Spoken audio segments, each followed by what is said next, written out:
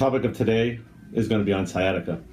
Now, when you look at sciatica, this is something that we see on a regular basis. And when you look at sciatica, there's basically three things that can cause sciatica. It's either because there's degenerative disc disease, and this is when the disc in between the bones, so this looks at two bones here and there's a disc. If the disc gets smaller, that's going to put pressure on the nerve that comes out in between, and these nerves come out and shoot down into your legs. Or it's going to be because of arthritis, where if arthritis builds up in the joints, that'll come forward and put pressure on the nerves. Or there's a disc herniation, where a disc herniation would be a part of the disc, the inside part of the disc called the nucleus is squeezing up, hitting up against the nerve. Those are basically three things that can cause sciatica. When you look at sciatica, this is something that we treat, and we treat successfully. And when I say treat successfully, we're not hiding it with medications or doing surgery. Our goal is to truly find out what's the underlying cause of the problem, and then what's the best way to correct it.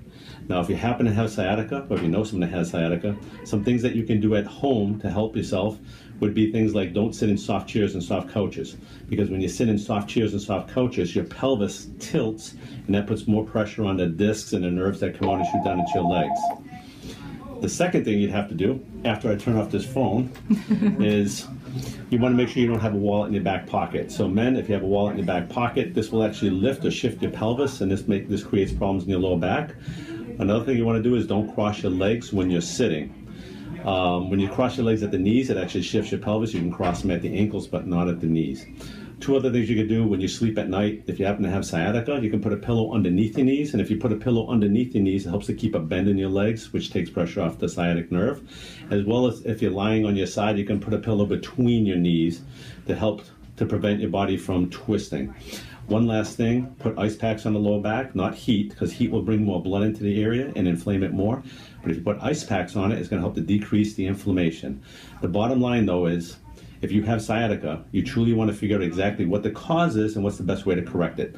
So when someone comes into our office, we're doing a full consultation, a full exam with orthopedic, neurological, physical exam test, as well as we're shooting x-rays to see exactly what the spine looks like, see if there's any misalignments, see if there's any degenerative disc disease or arthritis.